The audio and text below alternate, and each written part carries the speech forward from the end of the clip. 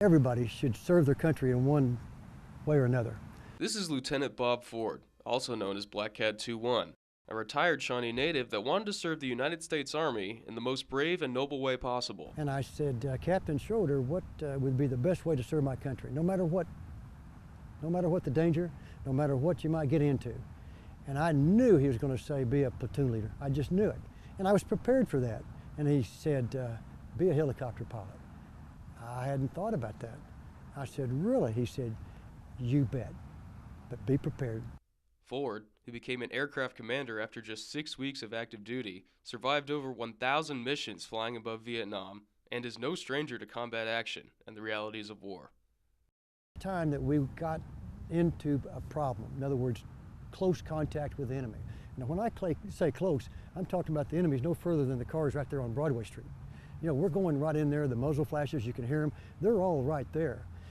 And you make it, and then you say, hey, you got to go back.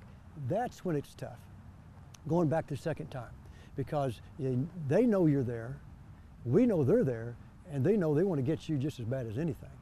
With the spirit of Veterans Day just around the corner, Bob Ford always makes sure to give credit to the brave men that kept him alive and always had his back, despite the fear of the enemy. Every time you shoot at me, there's a muzzle flash.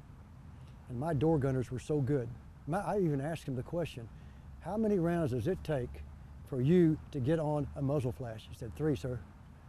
3? He said, they're dead, sir. Yeah. That's how we lived. Ford appreciated his fellow soldiers so much that even when combat took their lives, Ford says they never really left him. In fact, while running a marathon in California, he says he saw them cheering him on from a higher place. I looked up, and there they were. There's Mackenzie and Dedrick right there, smiling.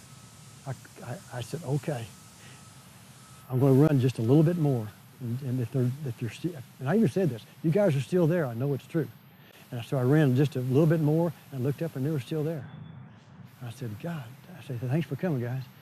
In his novel, Black Cat 21, Bob Ford recounts all of his adventures and missions from his tour in Vietnam, which was from 1967 to 1968.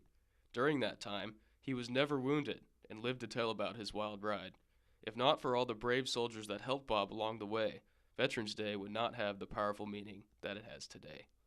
Even though Lieutenant Bob Ford no longer flies, his legacy lives on here in the Oklahoma Veterans Memorial here in downtown Shawnee. This Veterans Day, please take a moment to honor all the veterans that have served our country. I'm Jason Berger with Shawnee's News 30.